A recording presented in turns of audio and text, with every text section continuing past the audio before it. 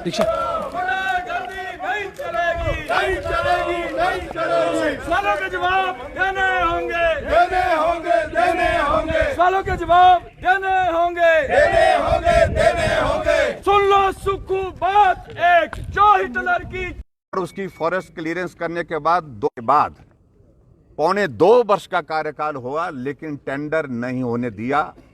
अंततः टेंडर जब हुआ, जो पीडब्ल्यू डिपार्टमेंट को हमने डिपॉजिट दिया था, हमने कहा इसका टेंडर तो करिए। जब टेंडर किया तो हॉर्टिकल्चर मिनिस्टर ने कहा कि इस टेंडर को रोक दीजिए।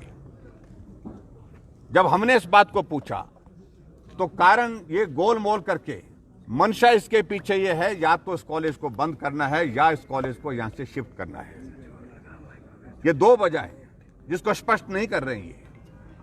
और आज जिस प्रकार से जवाब जब मांगा गया तो ये सराज विधानसभा क्षेत्र के कमांड ऑफिस बिल्डिंग का जिक्र करते रहे, सराज विधानसभा क्षेत्र के रेस्ट हाउसेज का जिक्र करते रहे, और जवाब में कहने लगे कि इस कॉलेज के बनाने के लिए 300 करोड़ रुपए लगेगा, आप 300 करोड़ रुपए दीजिए और उसके बाद हम इस कॉलेज का काम शुरू करेंगे। ये मैं समझता हूं कि कोई भी जिम्मेवार जवाब सरकार का नहीं है। अगर बजट प्रावधान हमने किया है 10 करोड़ का, पहले हमने कहा कि उसका ही टेंडर लगाओ एडमिनिस्ट्रेटिव ब्लॉक का।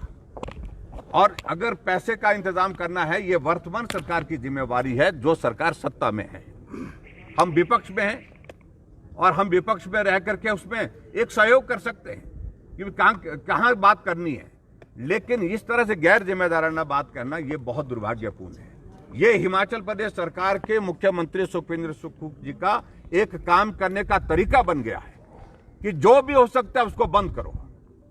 मंडी का शिवधाम बंद कर दिया, मंडी का मेडिकल यूनिवर्सिटी का काम वो उसको बंद कर दिया, मंडी के सरदार पटेल यूनिवर्सिटी को बंद कर दिया, कांगड़ा में धर्मशाला में सेंट्रल यूनिवर्सिटी का के लिए 30 करोड़ रुपए जमा करना था, जो कंपनसेटरी एफॉरेस्टेशन का, वो पैसा जानबूझ करके बंद नहीं किया ताकि उसका काम शुरू ना हो सके, वो भी काम बंद पड़ा।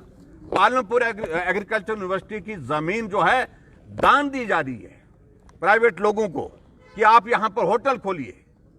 इससे बड़ा दुर्भाग्य कोई हो नहीं सकता है।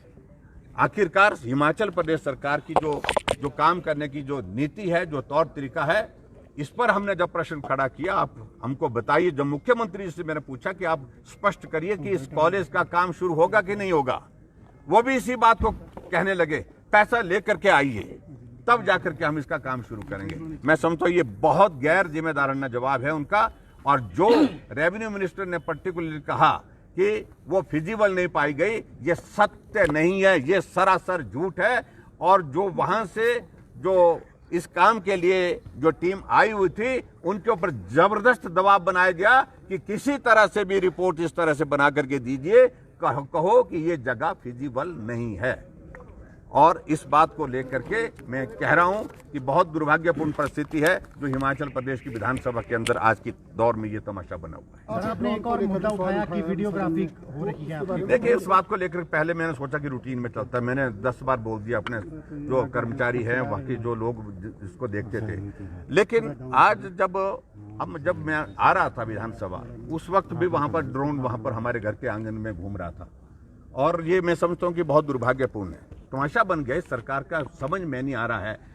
विपक्ष के नेता के घर की खिड़कियों से, दरवाजे से गाड़ियां खड़ी कहां हैं, कौन गाड़ियां खड़ी हैं, कौन आदमी आया, उनका भी ड्रोन से सर्वे, ड्रोन से ये कर रहे हैं। यहां कानून व्यवस्था की धज्जियां उड़ गई है, दिन दिहाड़े गोलियां चल रही हैं, दिन दिहाड़े जो है लोगों को पीट करके मार दिया जा रहा है, उस तरफ ध्यान नहीं है। शिमला के माल रोड पर हत्या हो जाती है, उस पर ध्यान नहीं है।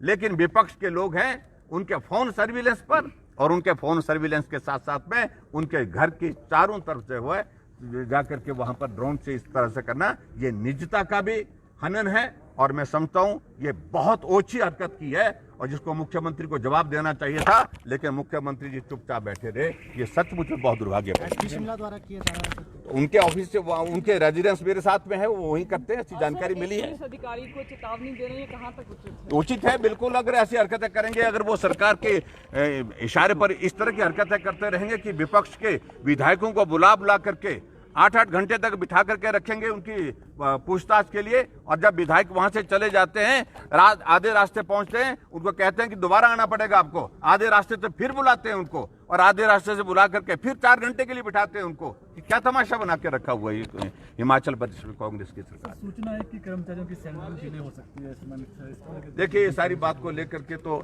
तमाशा आपने कल देख लिया है। मैं सिर्फ इतना ही कहना चाह रहा हूं कि पूरे दुनिया में तमाशा निकला इस सरकार का, जनाजा निकला जिसको मैं कह सकता हूं एक तरह से, कि 2 महीने की सैलरी डेफर की है, डिले की है, छोड़ी नहीं है, डिले की है। यानी कि 3 महीने के बाद सैलरी जो है 1 महीने की नहीं, 2 महीने की नहीं, 3 महीने की एक साथ मिलेगी। ये क्या तमाशा है?